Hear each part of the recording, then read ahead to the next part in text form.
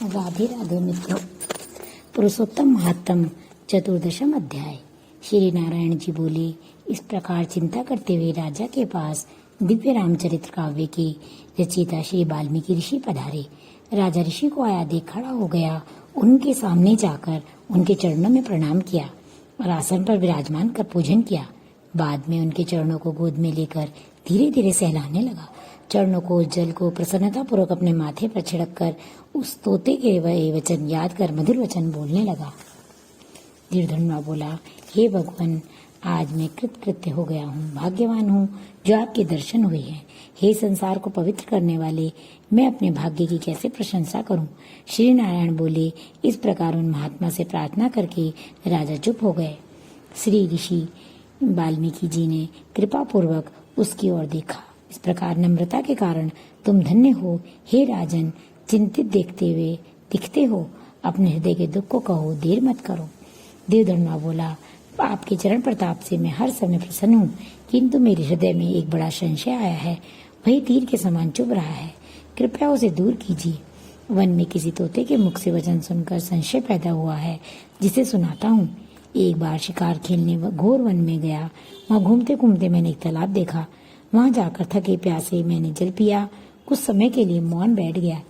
राजा श्री ऋषि बोले, हे राज सिंह, तुम अपने पूर्व जन्म का चरित्र सुनो। हे राजेंद्र, द्रविड़ देश में ताम्रपर्णी नदी के तटवासी सुदेश नाम के तुम एक ब्राह्मण थे।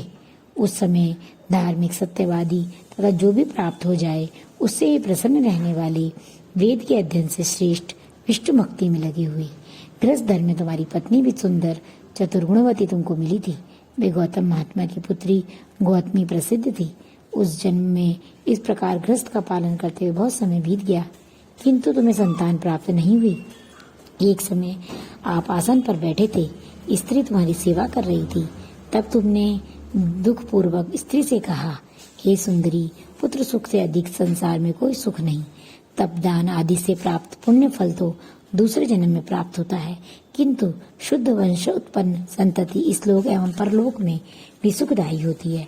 अतः मेरा जन्म ही निरर्थक हुआ, इससे तो मैं शीघ्र ही मर जाऊं। मुझे वह अपनी बड़ी आयु भी अच्छी नहीं लगती है। पति के वचन सुन के बेचारी पत्नी उदास हो गई।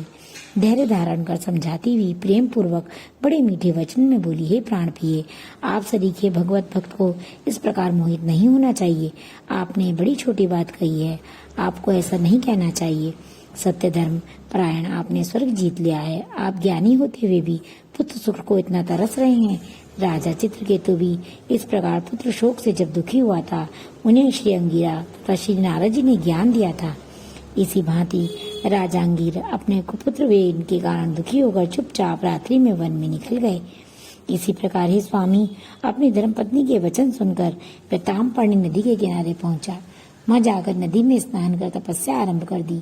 5वें दिन केवल सूखे पत्ते एवं जल लेने लगा। इस नियम से उसे तप करते 4,000 वर्ष बीत गए। उसके उग्र तप से ब्राह्मण 3 लोग कांपने लगे। उग्र तप को देखकर भक्त वत्सल भगवान गरुड़ पर चढ़ के शीघ्र वहां पधारे।